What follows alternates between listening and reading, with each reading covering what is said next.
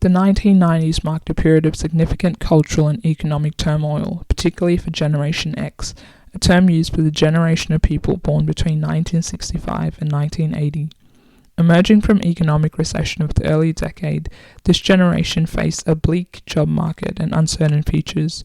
Such conditions bred a pervasive sense of nihilism and pessimism. Unlike the optimism and consumerist excess of the 1980s with its glamorous supermodels like Cindy Crawford, Elle Macpherson and Claudia Schiffer lounging in sun-drenched paradises, Generation X sought something more authentic.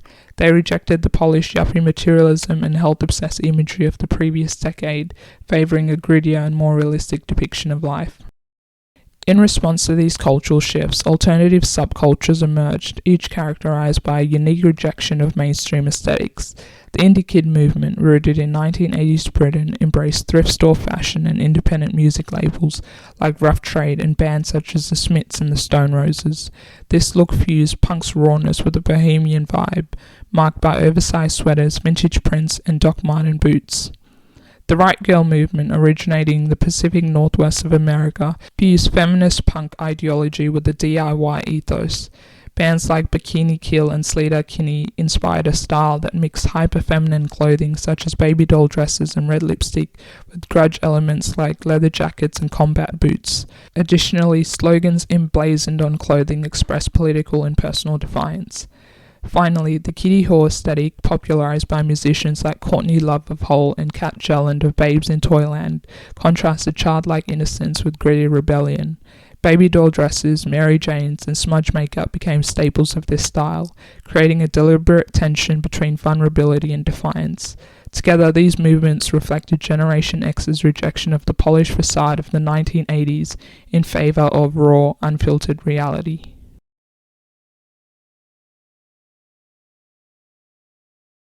Simultaneously, the fashion world began to embrace a new aesthetic known as dirty realism.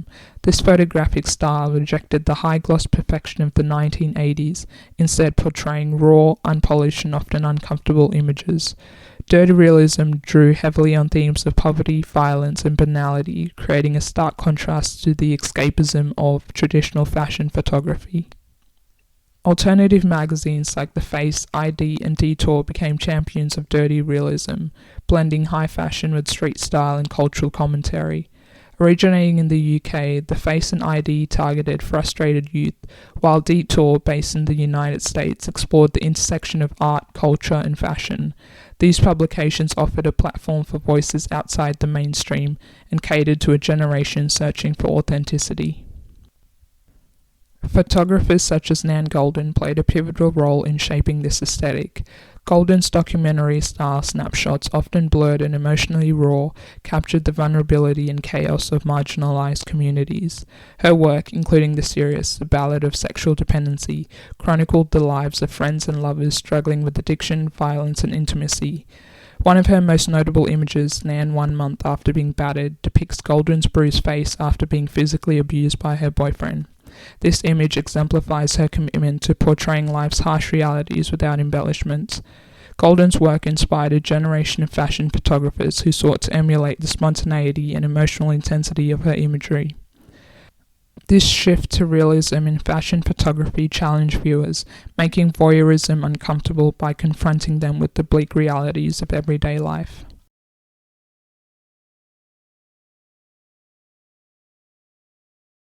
Dirty realism began as an avant-garde movement, but soon transitioned into the mainstream. Designers like Comme des Garçons incorporated this aesthetic into their work, but it was British Vogue's decision to hire photographer Corinne in 1993 that marked a turning point. Corinne Day was a British photographer whose photographs came to public attention through her fashion editorial for The Face titled The Third Summer of Love, featuring Kate Moss, published in July 1990. During the early 1990s, Day continued to work with The Face as well as a number of magazines associated with youth and counterculture, including ID, Ray Gun, and Penthouse. In 1993, Day was commissioned by Vogue editor Andrew Shultman to photograph Moss for the June issue of British Vogue. Day's infamous spread titled Underexposure featured a 19-year-old Kate Moss in casual, unpolished poses that defied traditional notions of beauty. The images were both celebrated and criticized, with some accusing Vogue of promoting child pornography. Calvin Klein did not help these allegations, professing his obsession for Kate Moss and why he considered her so marketable. The 80s were over, and the 90s, to me, represented something different, something more natural, something less flashy. Kate has that quality of child woman thing, which touches a nerve with men especially. That's always on the edge a little bit, and you hope to do something that stimulates people, that stimulates their imagination, and that gets noticed. It never occurred to me that anyone would scream about anorexia. I mean, I never thought about it. She is thin, but she's natural. This is who she is, and yes, she's thin, and models should be thin. Their clothes just look better on people who are thin, and certainly photograph better. But there's nothing artificial about her. There's nothing fake. Andrew Schultman, Vogue's editor, defended the spread, describing it as a subversion of the male gaze and a reinterpretation of feminine beauty. Day's work drew comparisons to Twiggy's rise in the 1960s, when the mod era rejected the voluptuous femininity of the 1950s in favour of a slimmer, androgynous look. However, as dirty realism moved from alternative magazines to mainstream outlets like Vogue, it risked losing its original subversive context, becoming commodified in the process. The adoption of dirty realism by mainstream brands reached its zenith in the mid-1990s with the rise of heroin chic. Calvin Klein played a pivotal role in this transformation, beginning with his 1993 CK1 campaign. Featuring black and white images of androgynous models with tattoos and casual attire, the ads resonated with Generation X's anti-establishment ethos. In 1994, Calvin Klein's Obsession campaign featured a nude Kate Moss, sparking controversy for its provocative imagery. By 1996, the CKB campaign, featuring models who appeared disheveled and gaunt, cemented heroin chic as a dominant aesthetic. These campaigns reflected a shift in the fashion industry, where mainstream labels adopted dirty realism to market rebellion and disillusionment as desirable commodities. Some argue that heroin chic wasn't about drug use, but just looking cool. Carangi, one of the first supermodels, is sometimes noted as being the originator of heroin chic. She was a heroin user who eventually died from AIDS, and her track marks are visible in Vogue's November 1980 cover. Her lover and friend Sandy Littner noted that her body did not fit into the strung-out aesthetic, saying that heroin chic is really just a term for a cool look. Gia had that effortlessly cool look. She was born with it. It has nothing to do with drugs. The rise of heroin chic coincided with growing concerns about eating disorders. Letters to Vogue during this period reflected a dramatic shift in public perception over the decades. In the 1970s and 80s, readers often praised Vogue for presenting aspirational imagery and models who embodied glamour and sophistication. By the 1990s, however, these letters increasingly condemned the magazine for promoting unhealthy beauty standards and glorifying extreme thinness. This shift highlighted a broader societal debate about the complex relationship between fashion, body image, and cultural values. Criticizing magazines for promoting unhealthy ideals became a simplistic monkey see, monkey do argument, as cultural theorist Valerie Steele argued. She dismissed the notion that girls looking at Vogue become anorexic, or boys looking at Playboy view women as sex objects, calling it a reductionist and naive interpretation of human behavior. Heroin chic reached its peak during a broader cultural panic over drug use and the perceived moral decline of Generation X. Between 1996 and 1997, a series of high-profile events fueled this backlash.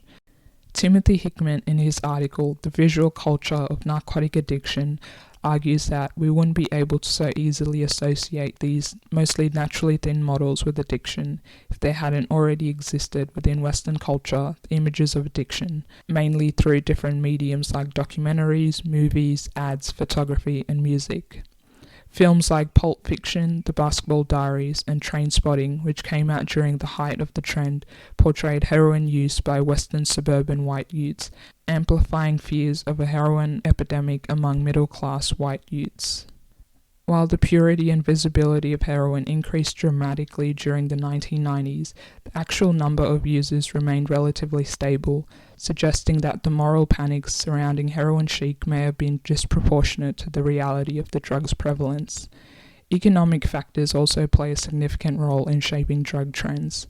The rise in heroin use during the 1990s was influenced by its increased purity, lower costs, and availability in non-injectable forms. Following the AIDS crisis of the 1980s, many drug users shifted away from injectable drugs due to fears of contaminated needles. This shift, combined with greater global production of heroin after the collapse of the Soviet Union, created conditions where heroin became more accessible and affordable. These economic factors mirrored earlier heroin trends in the 1960s, further demonstrating how societal anxieties often overlook the underlying causes of drug epidemics. This social anxiety, however, culminated in widespread political and media condemnation. US President Bill Clinton publicly criticized the fashion industry for glamorizing heroin addiction, while the FBI launched an investigation into Calvin Klein's ads for alleged child pornography. Though no charges were filed, the controversy underscored the growing concern over the industry's influence on youth culture.